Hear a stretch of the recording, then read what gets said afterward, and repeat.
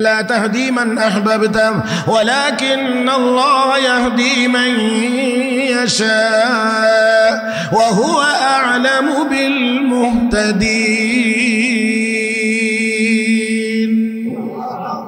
استغفروا ربكم إنه كان غفارا يرسل السماء عليكم مدرارا ويمددكم بأموال وبنين ويجعل لكم جنات ويجعل لكم أنهارا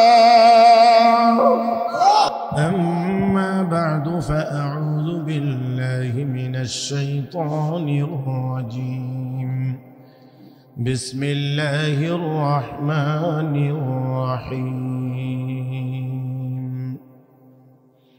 لئن شكرتم لأزيدنكم ولئن كفرتم إن عذابي لشديد آمنت بالله صدق الله مولانا العظيم وصدق رسوله النبي الأمي الكريم ونحن على ذلك لمن الشاهدين والشاكرين والحمد لله رب العالمين اللهم صل على محمد وعلى آل محمد كما صليت على إبراهيم وعلى آل إبراهيم إنك حميد مجيد اللهم بارك على محمد وعلى آل محمد كما باركت على إبراهيم وعلى آل إبراهيم إنك حميد مجيد محترم মুসল্লিয়ান کرام আল্লাহ রাব্বুল আলামিনের দরবারে শুকরিয়া আদায় করছি যিনি আমাদেরকে অত্যন্ত দয়া করে মায়া করে মেহেরবানি করে পবিত্র জুমার দিনে জুমার নামাজ আদায়ের উদ্দেশ্যে মসজিদে আসার বসার তৌফিক দান করেছেন মহব্বতের সাথে সবাই উচ্চ আওয়াজে পড়ি আলহামদুলিল্লাহ আমরা দিন রাত 24 ঘন্টা আল্লাহ রাব্বুল আলামিনের অসংখ্য অগণিত নিয়ামতের ভিতরে ডুবে আছি আল্লাহ রাব্বুল আলামিনের নিয়ামত যদি চলমান না থাকে তাহলে আমাদের কাহারও পক্ষেই বেঁচে থাকাই সম্ভব না একটি মাছ যেমন সবসময় পানির ভিতরে ডুবন্ত থাকে আমরা মানুষ আল্লাহ রাব্বুল আলামিনের নিয়ামতের ভিতরে ডুবন্ত আছি যা কিছু আমরা উপভোগ করছি এই দুনিয়াতে সবগুলো একমাত্র কে দিয়েছেন একমাত্র আল্লাহ আল্লাহ রাব্বুল আলামিন এই নাজ ও নিয়ামত দেওয়ার পরে আল্লাহর ঘোষণা হলো আল্লাহ ডেকে ডেকে বলেন যেমন আমরা কোনো কিছু হইলে জরুরি কোনো কিছু যদি হয় তাহলে আমরা মাইকিং করে একটি জরুরি ঘোষণা এরকম আমরা ঘোষণা করাই মাইকিং হয় তো আল্লাহ রাব্বুল আলামিন যেন এমনভাবে ঘোষণা করছেন ওয়াইয তাআযানা রাব্বুকুম আল্লাহ রাব্বুল আলামিনের পক্ষ থেকে আল্লাহ ঘোষণা দিচ্ছেন কি লা ইন শাকারতুম লা আযীদান্নাকুম যদি আমার নিয়ামত পেয়ে তোমরা শুকরিয়া আদায় করো কৃতজ্ঞ হও তাহলে আল্লাহর ঘোষণা লা আযীদান্নাকুম অবশ্যই অবশ্যই আমি আল্লাহ তোমাদেরকে নিয়ামত আরো বাড়াইয়া দেব তো আল্লাহ যা বলেন ওয়া কানা ওয়াদাম মাফউলা আল্লাহ যা ওয়াদা করেন তা অবশ্যই বাস্তবায়িত হয় আল্লাহর ওয়াদা আর বাস্তবায়নের মধ্যে কোনো রকমের ব্যবধান তো আল্লাহ রাব্বুল আলামিনের ঘোষণা হলো নিয়ামত পেয়েছো, শুকরিয়া আদায় করো। আমি আল্লাহ অবশ্যই অবশ্যই, আল্লাহ দুইবার গুরুত্ব সহকারে বলেছেন, অবশ্যই অবশ্যই আমি আল্লাহ নিয়ামত আরো বাড়িয়ে দেব। তাহলে নিয়ামত দিয়েছেন যিনি, বাড়িয়েও দিবেন তিনি। মাঝখানে কি? বান্দার শুকরিয়া বা কৃতজ্ঞতা। এই জন্য আমি একটি কথা অনেকবার আপনাদের খেদমতে বলেছি, মখলুকের কাছ থেকে খালেকের নেওয়ার মতো কিছু নাই, সৃষ্টির কাছ থেকে স্রষ্টার নেওয়ার মতো কিছু নাই। সৃষ্টিকে সবসময় স্রষ্টা দিয়েছেন, দিতেছেন, দিতে থাকবেন। স্রষ্টা সৃষ্টির কাছ থেকে নিবার মতো কিছু নাই। এই জন্যে সৈয়দনা দাউদ আলাইহিস সালাতু ওয়াস সালামকে আল্লাহ বলছিলেন, দাউদ নিয়ামত তো অনেক পাইলা, শুকরিয়া আদায় করো। আল্লাহ কি দিয়ে শুকরিয়া আদায় করো? জবান দিয়ে। আল্লাহ জবানটাও তো তোমারই দেওয়া, আমার কি আছে? তো আমি কি দিয়ে শুকরিয়া আদায় করবো? জবানও তো তোমার দেওয়া নিয়ামত। কার? জবানটাও তো আল্লাহর দেওয়া নিয়ামত, এটা তো তোমার। আমার কোথায়? তাহলে আমার যদি কিছুই নাই তো আমি আর আল্লাহকে দেব কি? যা আছে আমার আপনার দেহে, এটাও কার দেওয়া? সব আল্লাহর দেওয়া। আলাম নাজআল লাহু আইনাইন ওয়া লিসানান ওয়া শাফাতাইন, চোখ দেই নাই? আমি কি আল্লাহ তোদেরকে ঠোঁট দেই নাই? আমি কি একটা জিহ্বা দেই নাই? আল্লাহ প্রশ্ন করেন, স্মরণ করায় দেন আর কি, যে এই সবগুলো আমার দেওয়া, এই সবগুলো আমার দেওয়া। তো আল্লাহকে আমরা আর কি দেব? কিন্তু আল্লাহ বড় দয়ালু। আল্লাহ কো, তুই পাইবি কোত্থেকে? তোর তো কিছুই নেই, তুইই তোর না। তুই অনস্তিত্বে ছিলে, আমি তোরে অস্তিত্বে আনলাম। তুই ছিলে না, আমি তোরে বানাইলাম। তুই আমাকে দিবি কি? আমার দেওয়া নিয়ামত পাইয়া আমার দেওয়া আরেক নিয়ামত জবান ব্যবহার করে আলহামদুলিল্লাহ বলো পয়গম্বর, আমি আল্লাহ খুশি হয়ে যাব। তো নিয়ামত দেওয়ার মালিক, আবার ছিনায়া নেওয়ার মালিক। যেমন দিতে পারেন তেমন নিতেও পারেন। বেশি পরিমাণে দিলে তাকে যেমন জিজ্ঞাসা করার কেউ নাই, ছিনায়া নিয়ে গেলেও প্রশ্ন করার অধিকার কাহারও। আল্লাহ রাব্বুল আলামিন বলেন, লা ইন শাকারতুম লা আযীদান্নাকুম, নিয়ামত পায়া যদি শুকরিয়া আদায় করো, নিয়ামত আমি আল্লাহ আরো বাড়িয়ে দেব। একটা গুরুত্বপূর্ণ কথা আপনাদের স্মরণ রাখা সকলের প্রয়োজন। আমরা যদি চাই যে আমাদের আমলের পরিমাণ আরো বাড়ুক, চাই আমরা সবাই আমাদের নেক আমলের পরিমাণ আরো বাড়ুক, এটাকে আমরা সবাই চাই। যদি চাই তাহলে উলামায়ে কেরাম আয়াতে কারিমার আলোকে লেখেন কাজ দুইটা। এক নাম্বার কাজ হলো যতটুকু নেক আমল আমরা করতে পারি, যতটুকু, ছোট হোক বড় হোক মাঝারি হোক, যতটুকুই হোক, একবার সুবহানাল্লাহ যদি বলতে পারি, একটা খেজুর পরিমাণও যদি আল্লাহর রাস্তায় দান করতে পারি, 2 রাকাত নামাজ যদি পড়তে পারি, তাহলে এটার উপরে যেন আমাদের ভিতরে কোনো অহংকার সৃষ্টি না হয়, বরঞ্চ যতটুকু নিয়ামত, যতটুকু ইবাদত করতে পেরেছি, এর উপরে যেন আল্লাহর শুকরিয়া আদায় হয়, যেন আল্লাহর শুকরিয়া আদায় হয় যে আল্লাহ দয়া করে তুমি সুযোগ দিছো, এই জন্য আমি এতটুকু নেক আমল করতে পেরেছি, এই জন্য তোমার দরবারে শুকরিয়া, তোমার দরবারে কৃতজ্ঞতা প্রকাশ করছি। তাহলে নিয়ামত পাওয়ার পরে শুকরিয়া আদায় করলে আল্লাহর ওয়াদা, আল্লাহ নিয়ামত আরো বাড়াইয়া দিবেন। তো 2 রাকাত নামাজ পড়তে পারা, এটাও তো আল্লাহর পক্ষতে এক বিশাল বড় নিয়ামত। এই যে কিছুক্ষণ সময়ের জন্য আমরা মসজিদে আসলাম, আসার এই সুযোগ তৌফিক আল্লাহ দিয়েছেন, এটা আমার আপনার জন্য বড় নিয়ামত। আমরা এখানে যেরকম মানুষ বসা, এখনো বহু মানুষ চায়ের দোকানে বসে বসে গল্প করতে আছে, কেউ টেলিভিশন দেখতে আছে, কেউ আরো অন্যান্য গুনাহের কাজে লিপ্ত আছে। তো মসজিদের ভিতরে আসতে পারাটা, এটাও তো আল্লাহ পাকের এক বিশেষ নিয়ামত। তো যদি আমরা আমলের পরিমাণ বাড়াইতে চাই, তাহলে প্রথম নাম্বার কাজ হলো যতটুকু নেক আমলের সুযোগ আল্লাহ দিয়েছেন, এতটুকুর উপরে গর্ব অহংকার ছেড়ে দিয়ে আল্লাহর শুকরিয়া আদায় করা। 2 নাম্বার হলো যতটুকু পরিমাণ ত্রুটি বিচ্যুতি আমাদের হয়ে গেছে, এই ত্রুটি বিচ্যুতির জন্য আল্লাহর কাছে ক্ষমা চাওয়া, ইস্তেগফার করা। কারণ ইস্তেগফারের দ্বারা নিয়ামত বাড়ায়া দেওয়ার ঘোষণা আল্লাহর পক্ষ থেকে আসে। আল্লাহ রাব্বুল আলামিন বলেন, استغفروا ربكم إنه كان غفارا يرسل السماء عليكم مدرارا ويمددكم بأموال وبنين ويجعل لكم جنات ويجعل لكم أنهارا।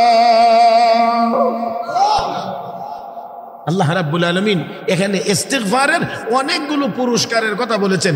এর মধ্যে একটা পুরস্কার হলো ওয়ায়ুমদিদকুম বিআমওয়ালি ওয়া বানিন, আল্লাহ তোমাদেরকে সম্পদ এবং সন্তান দিয়ে সাহায্য করবেন। তার মানে হলো আল্লাহ রাব্বুল আলামিন তোমাদের জানে মালে বরকত দান করবেন, বাড়ায়া দিবেন যদি আল্লাহর দরবারে ইস্তিগফার করা হয়। তাহলে যতটুকু নেক আমল করতে পেরেছি ততটুকুর উপরে শুকরিয়া আদায় করা, যতটুকু ত্রুটি বিচ্যুতি হয়ে গেছে এটার জন্য বেপরোয়া না হয়ে আল্লাহর কাছে ক্ষমা চেয়ে নেওয়া। কয় কাজ? দুই কাজ। ত্রুটি বিচ্যুতি হয়ে গেছে, আল্লাহ মাফ করে দাও, আল্লাহ মাফ করে দাও, মাফ চেয়ে নেওয়া। আর যতটুকু করতে পেরেছি আল্লাহ আলহামদুলিল্লাহ, আল্লাহ তোমার শুকরিয়া, তুমি এতটুকু নেক আমল করার সুযোগ দিয়েছো, তুমি এতটুকু সুযোগ দিয়েছো। লক্ষ্য করার বিষয়, আল্লাহর তৌফিক যদি শামিলে হাল না হয় নেক আমল করা তো সম্ভব না। আল্লাহর নবী আবু জাহেলের কাছে সবচেয়ে বেশি কালেমার দাওয়াত নিয়ে গেছেন, সবচেয়ে বেশি মুজিজা, নবীর মুজিজা সবচেয়ে বেশি দেখছে আবু জাহেল। কিন্তু যত দেখছে তত বাঁকা হয়েছে, যত দেখছে তত বাঁকা হয়েছে।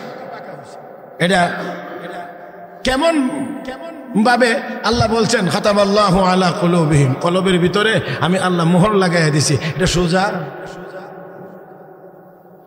এটা সোজা হবে না। নবী যত বেশি গেছেন জানায়া দিছেন আল্লাহ ইন্নাল্লাযীনা কাফারু সাওয়াউন আলাইহিম আনযারতাহুম আম লাম তুনযিরহুম লা ইউমিনুন। হাবিব তাদের কাছে জান আর না জান, সতর্ক করেন আর না করেন সমান। লা ইউমিনুন, ঈমান আনবে না। তারপরে নবী গেছেন। তো এখন প্রশ্ন হলো, আল্লাহ জানায়া দিয়েছেন আবু জাহেল আবু লাহাব, এই ইন্নাল্লাযীনা কাফারু, নিশ্চয় যারা কাফের কুফরি করেছে। এই আয়াতের এই অংশের পরে আল্লামা হাফেজ জালালউদ্দিন সুয়ুতি তার তাফসীরে জালালাইনের মধ্যে লিখেছেন কাবি জাহলিন ওয়া আবি লাহাবিন, যেমন আবু জাহেল আবু লাহাব তারা ঈমান আনবেন আল্লাহ জানায়া দিয়েছে। কিন্তু তারপরে নবী বারবার 100 বার না 200 বার না হাজার বার গেছে। এটা হাজার বার, আবার সংখ্যার হাজার না, মানে অনেকবার গেছে, অনেক। কিন্তু যত বেশি গেছে আবু জাহেল তত বেশি শক্ত হয়েছে, বাঁকা হয়েছে। তো নবী তারপরেও আল্লাহ জানায় দেওয়ার পরে কেন গেলেন? হাকিমুল উম্মত মুজাদ্দিদে মিল্লাত হযরত আকদাস মাওলানা আশরাফ আলী থানভী রাহমাতুল্লাহ আলাইহি তাফসীরে বায়ানুল কোরআনের ভিতরে বড় চমৎকার জবাব দিয়েছেন। তিনি বলেছেন, দ্বীনের দাওয়াত যদি কেউ কাউকে দেয়, যাকে দাওয়াত দেওয়া হলো সে গ্রহণ করুক আর না করুক, মানক বা না মানক, যিনি দাওয়াত দিবেন দিতে থাকবেন, দাওয়াত দেওয়ার কারণে আল্লাহ তার মর্যাদা বাড়াইতে থাকবেন। ভালো কথা কাউকে বলছেন, কাউকে নামাজের কথা বলছেন, ভাই চলেন নামাজে যাই, সে নামাজে আসে না। আপনি আবার বলছেন ভাই চলেন নামাজে যাই, নামাজে আসে না। 1 মাস বলছেন নামাজে আসে না, 2 মাস বলছেন নামাজে আসে না। সে নামাজে আসুক আর নাই আসুক, আপনার নামাজের দাওয়াত দেওয়ার দ্বারা আল্লাহ আপনার আমল নামায় সওয়াব দিতেই থাকবেন। এই জন্য আবু জাহেল ঈমান আনবে না নবী জানার পরেও আবু জাহেলের কাছে বারবার নবী কালেমার দাওয়াত নিয়ে গিয়েছে। এই ওলামা একরামের মধ্যে ওই নবীওয়ালা এই বৈশিষ্ট্য। এই জন্যে নামাজ পড়ে না, রোজা রাখে না, তারপরেও তার কাছে বারবার গিয়ে বলে, তার কাছে গিয়ে বলে ভাই নামাজে আসেন, রোজা রাখেন, নেক আমল করেন। কারণ মানক আর না মানক, বলার দ্বারা যিনি বলবেন তার ফজিলত, তার সম্মান, তার মর্যাদা আল্লাহর দরবারে বাড়তে থাকবে। তো যাই হোক, আসুন আল্লাহ রাব্বুল আলামিনের যদি তৌফিক শামিলে হাল না হয় তাহলে ওই ব্যক্তি নেক আমল করতেই পারে না, করতে পারবে না। রাহমাতুল লিল আলামিন আবু জাহেলের কাছে এতবার কালেমার দাওয়াত নিয়ে গেলেন, কিন্তু সে কালেমার দাওয়াত গ্রহণ করলো। আবু তালেবকে আল্লাহর নবী সর্বোচ্চ চেষ্টা করেছেন শুধু কালেমাটা পড়ানোর জন্য। সর্বশেষ আল্লাহর নবী বলছেন, চাচা জোরে আওয়াজ করে পড়া লাগবে না, আমার কানে কানে একবার বলেন, তাও আমি আল্লাহর দরবারে সাক্ষী দেব যে আল্লাহ আমার চাচা কালেমা পড়ে মৃত্যুবরণ করেছে। আমি সাক্ষী দেব, আমার কানে কানে শুধু বলেন। আবু তালেবকে ভাতিজা যত কানে কানেই বলি, আমি ভালো করেই বিশ্বাস করি তোমার কালেমার একটা পাওয়ার আছে। আস্তে কোন সুবহানাল্লাহ। হাদিস শরীফে আছে আখিরি নবীর উম্মত জাহান্নামে গেলেও তার ঈমানের নূর কপালে চমকাইতে থাকে। এই জায়গাটার মধ্যে আগুনেও ধরবে না। মুহতারাম হাজিরিন, তো দেখেন আবু তালেব তো তোমার কালেমার পাওয়ার আছে, যতই তোমার কানে কানে গোপনে এই কালেমা আমি পরে মৃত্যুবরণ করলেও মরার পরে আমার চেহারার মধ্যে ওই কালেমার নূর চমকায়া উঠবে, যা দেখে লোকেরা বুঝে ফেলবে আমি কালেমা পড়ে মুসলমান হয়ে দুনিয়া থেকে বিদায় হয়েছে।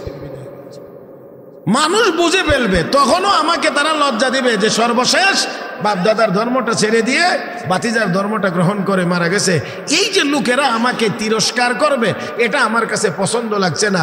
এই জন্যে ইখতারতুন নার আলাল নার, এই লজ্জার উপরে আমি জাহান্নামকে গ্রহণ করে নিলাম। কালেমা পড়তে আল্লাহর নবীর চেহারাটা একটু মলিন, মনটা একটু খারাপ, এত সহযোগিতা করলো চাচা, সেই চাচা কালেমা পড়লো না, দুনিয়া থেকে বিদায় হয়ে গেল। আল্লাহর নবীকে আল্লাহ রাব্বুল আলামিন সান্ত্বনা দিয়ে কোরআনে আয়াত নাজিল করেছে। আয়াত নাজিল করে নবীকে সান্ত্বনা দিয়ে বলেন, ইন্নাকা লা তাহদি মান আহবাবতা ওয়ালাকিন্নাল্লাহ ইয়াহদি মান ইয়াশা ওয়া হুয়া আ'লামু বিল মুহতাদিন।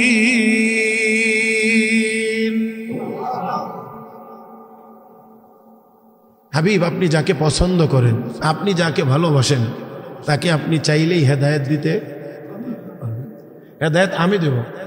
কে দিবেন? কে দিবেন?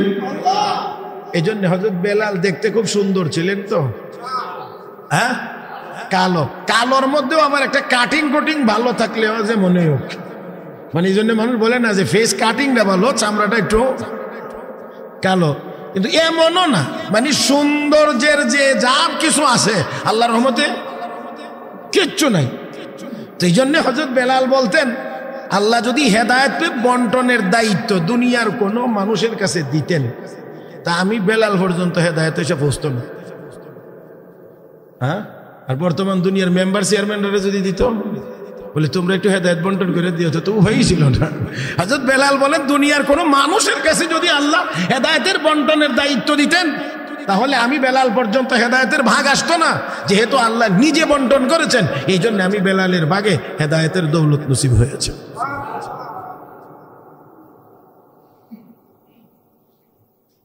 তো নবীকে আল্লাহ বলেন, হাবিব, মন খারাপ করার কিছু নাই, আপনি চাইলেই, আপনি পছন্দ করলেই, আপনি ভালোবাসলেই কাউকে হেদায়েত দিতে পারবেন না। হেদায়েত দেওয়ার মালিক, হেদায়েত দেওয়ার মালিক।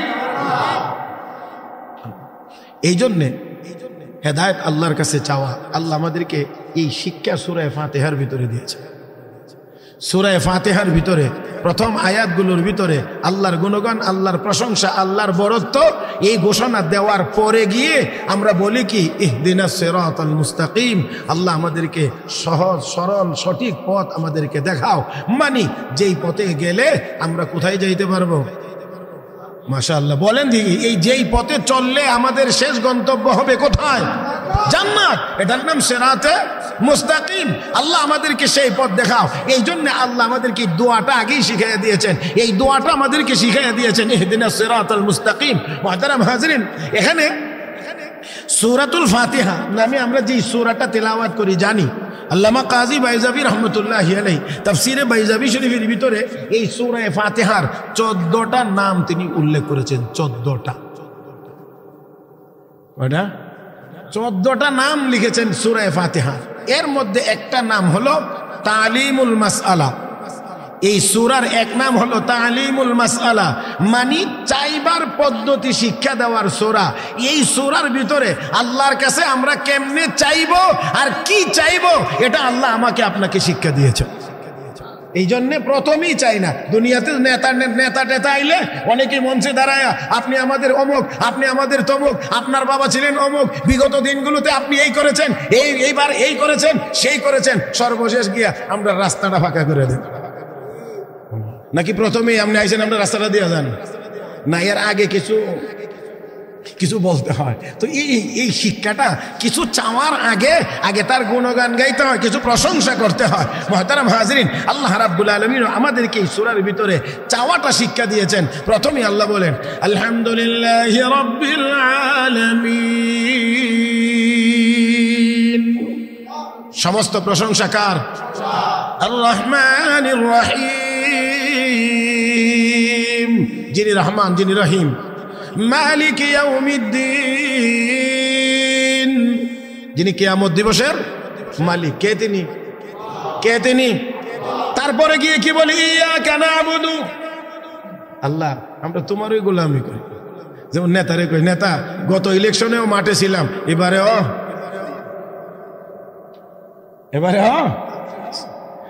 বান্দাকে আল্লাহ শিখায় ইয়াকা না'বুদু, আল্লাহ তোমার গোলামি করি, ওয়া ইয়াকা নাস্তাঈন, সাহায্য তোমার কাছেই চাই। এবার সবকিছু বলার পরে এবার মূল কথা হলো এই সূরা ফাতিহার ভিতরে মূল আয়াত, কেন্দ্রীয় আয়াতটা হলো ইহদিনাস সিরাতাল মুস্তাকিম, আল্লাহ আমাদেরকে সঠিক পথ দেখাও।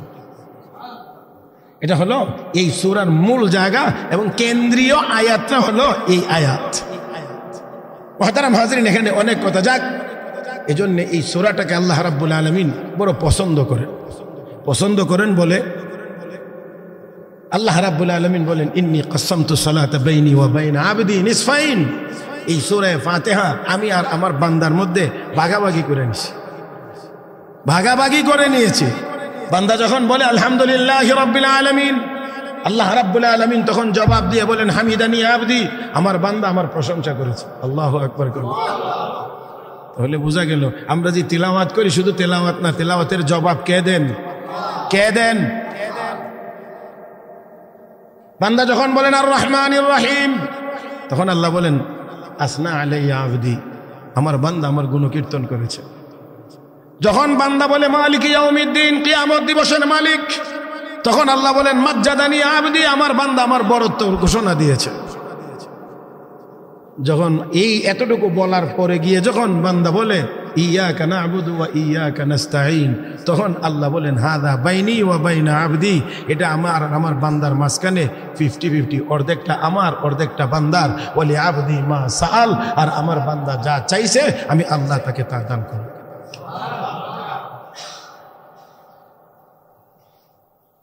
আল্লাহ।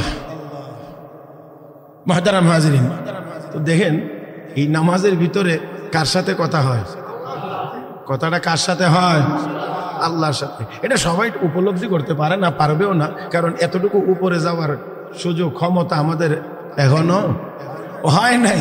এটা এখনো হয় নাই। অনেকে উপলব্ধি করতে পারতেন। মুহতারাম হাজিরিন, যাই হোক, আসুন বলছিলাম এটা অনেক উপরের জায়গা, অনেক ঊর্ধ্বের জায়গা, তবে আল্লাহ যেন আমাদেরকে সেই মাকামে পৌঁছায়া দেন। জোরে বলি আমিন। তো আল্লাহ বলছেন আমি জবাব দেই। শুধু তা না, মুফাসসিরিন ইকরাম আরো ছোট করে অনেকগুলো কথা লিখেছেন, অনেকগুলো কিভাবে কথা হয়, কিভাবে কথা হয়, শব্দে শব্দে আল্লাহ কি বলেন সেই কথাও মুফাসসিরিন ইকরাম তাফসীরের কিতাবের মধ্যে লিখেছেন। তো যাই হোক, আসুন বলছিলাম এই সূরা ফাতিহা এক নাম হলো তালিমুল মাসআলা, চাইবার পদ্ধতি শিক্ষা দেওয়া হয়েছে। কার কাছে চাইব? কি চাইব? ভুলে গেছেন? কি চাইব? সূরা ফাতিহার ভিতরেই তো এতক্ষণ আলোচনা করলাম। কি চাইব? সিরাতে মুস্তাকিম, সহজ পথ, সোজা পথ, জান্নাতের পথ। এই জন্য এই সূরা ফাতিহা সব নামাজের সব রাকাতেই তেলাওয়াত করতে হয়। হ্যাঁ আমার ভাইরা, আল্লাহ রাব্বুল আলামিন আমাকে আপনাকে সবাইকে আল্লাহর কাছে বেশি বেশি চাওয়ার তৌফিক দান করুন। চাইবার জায়গাটাও ভুলে গেছি। যার কাছে চাইলে বেজার হয় না, যার কাছে চাইলে রাগ করেন না, যার কাছে চাইলে তিনি দিলে তার ভান্ডার কমে না, সেই মালিকের কাছে চাই না, চাই এদিক ওদিক,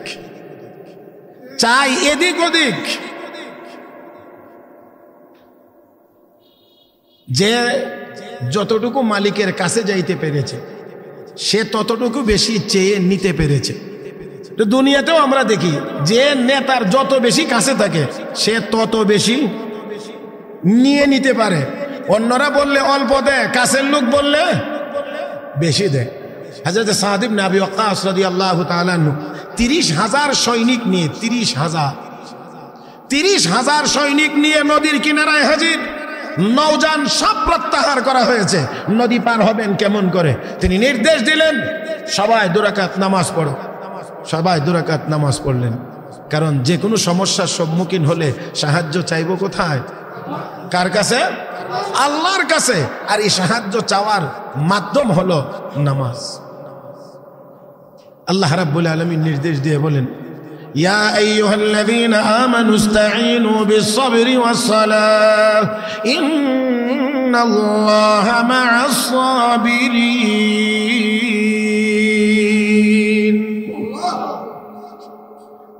হাফেজ সাহেব, আজকের মাইকের সেটিংটা এটা একটু মোবাইলে ছবি উঠায় রেখেন যাতে এই ভলিউমটা ঠিক থাকে। আজকের ভলিউম বলতেছে ওয়াজ একটু লম্বা করে করবার লাগে, নিয়ত করে উঠছি ওয়াজ কম করে করো।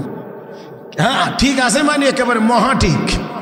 এই জন্য বলছি এটা ছবি উঠায় রেখেন, কোন জায়গাতে কোনটা যাতে কোনোদিন ব্যতিক্রম হলে এটা ঠিক করতে পারেন। এটা এত ঠিক হয়েছে আজকে। জি, এটা তো সহযোগী, তো সহযোগিতাটা ভালো হইলে কাজের পরিমাণ বাড়ে।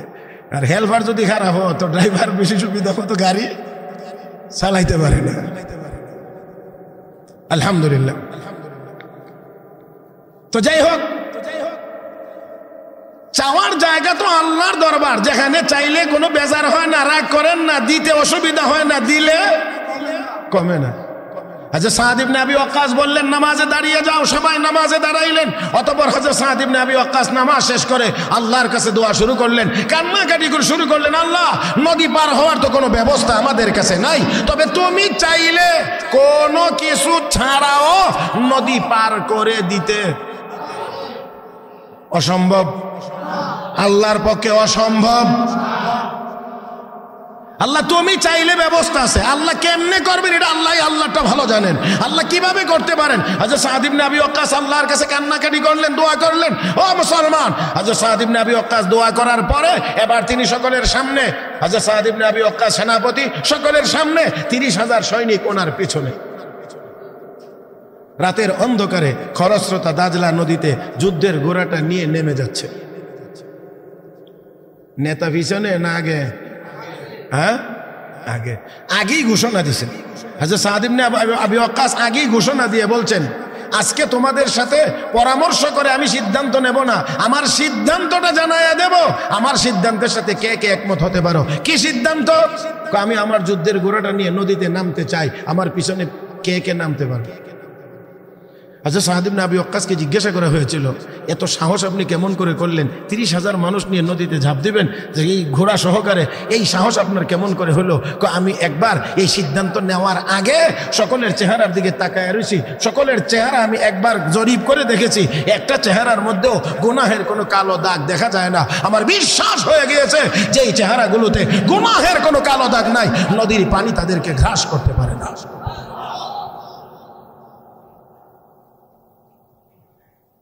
নামছেন যুদ্ধের ঘোড়া, পানিতে নামলে ঘোড়া সাঁতার কাটার কথা, কিন্তু সৈনিকরা বলেন আমরা অনুভব করছি আমাদের যুদ্ধের ঘোড়া পাকা রাস্তার উপর দিয়ে খটখট শব্দ করে দৌড়াইতে আছে।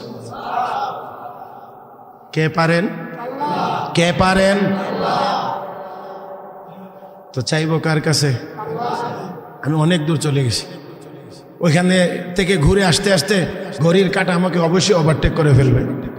সেজন্যে আমি রেখেই আমাকে আবার আমার জায়গাতে ফিরে আসতে হবে। মুহতারাম হাজিরিন,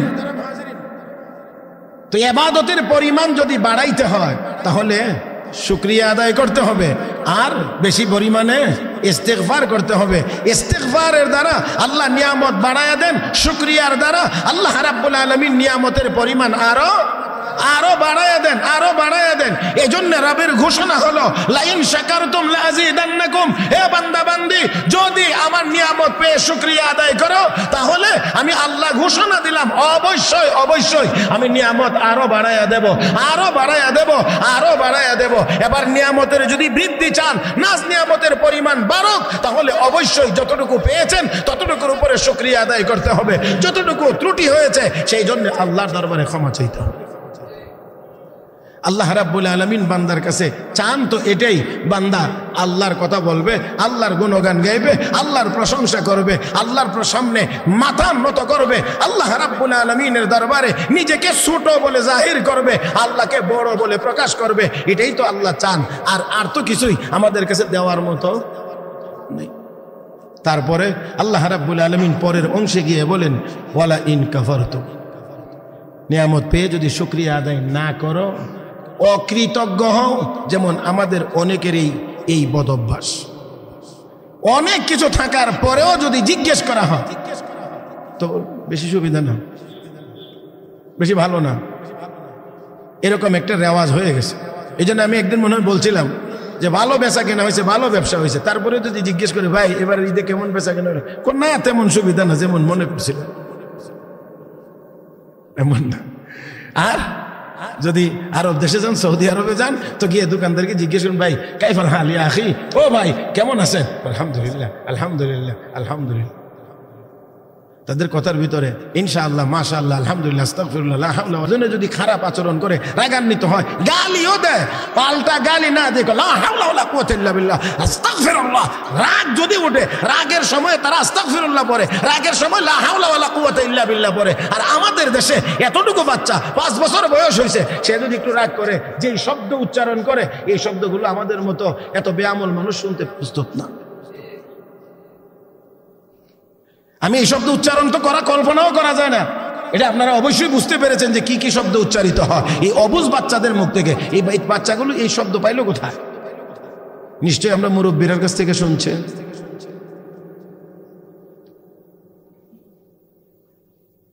আল্লাহ আমাদেরকে হেদায়েত দান করুন। জন্য অনেক আগে মনে হয় বলছিলাম যে শুক্রবার জুমার নামাজ পড়ে টেলিভিশনের সামনে গিয়ে বসছে, তো এমন সময়ে ছবি চলতেছে দেখতেছে, আর দরজায় এসে কে জানি নক করছে, আওয়াজ করছে, অমুক সাহেব বাড়িতে আছেন। সাহেব চিন্তা করে এই মুহূর্তে যদি যাই তাহলে এই দিক দিয়ে তো কিছু অংশ কাজা হয়ে যাবে। আমি কি বেশি খারাপ বলে ফেলছি মনে হইতেছে নাকি? কারণ এই দিকে গেলে এই দিকের কিছু অংশ ছুটে যাবে, কাজা হয়ে যাবে। এই জন্য অবুঝ বাচ্চাটাকে কাছে ডেকে এনে আস্তে আস্তে কানে কানে বলে দিচ্ছে, গেটে গিয়ে বলো আব্বু বাসায় নাই। কি শিখাইতেছে? তো দরজায় গেছে, ওই লোক জিজ্ঞেস করে তোমার আব্বু কোথায়? আব্বু বলছে আব্বু বাসায় নাই।